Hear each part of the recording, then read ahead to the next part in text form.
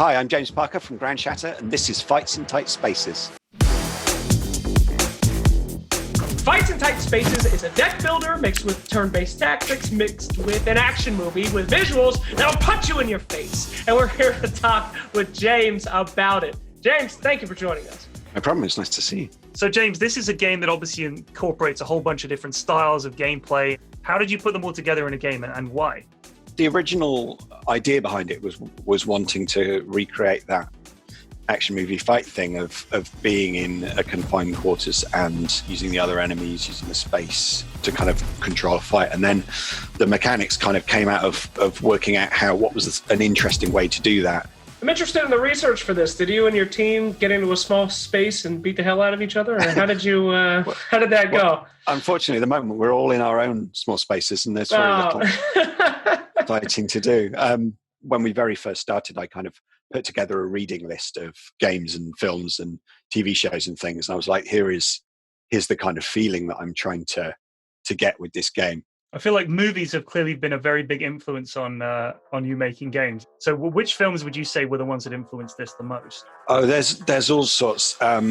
Transporter, that's brilliantly choreographed and there's some lovely sequences in that. More stuff like The Raid and The Raid 2, the kind of resurgence of really powerful hand-to-hand combat. Enter the Dragon, just because you've got to have a proper classic martial arts film in there. And like that is your definitive one.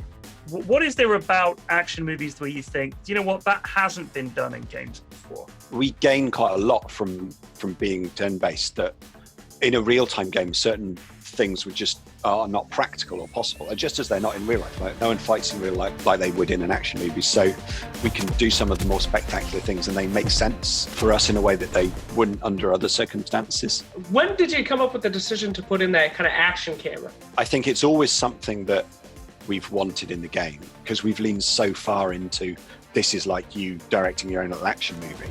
As you're fighting, you get kind of cutaways for each of your moves, and then at the end of the level, you get the option to see a replay of the whole thing, and you can watch essentially in real time the consequences of your actions. Can I ask you, sir, what is your favorite move in the game? There's a really nice jumping double kick thing that you can do.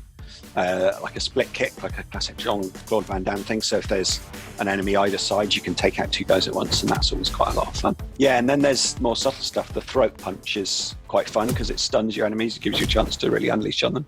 You're a sick man, James. I love it.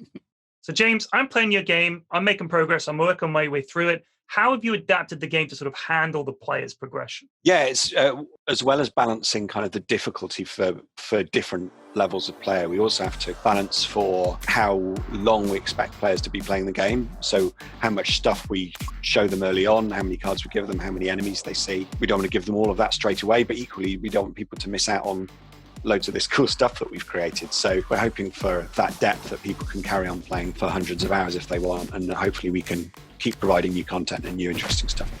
So that was Fights in Tight Spaces. It is a game that has pretty much everything. And we just want to thank you so much, James, for coming over. If you're out there and you want to get your brain into some brawling, check this one out. Thanks a lot, James, for joining us. Thank you very much. Thank you.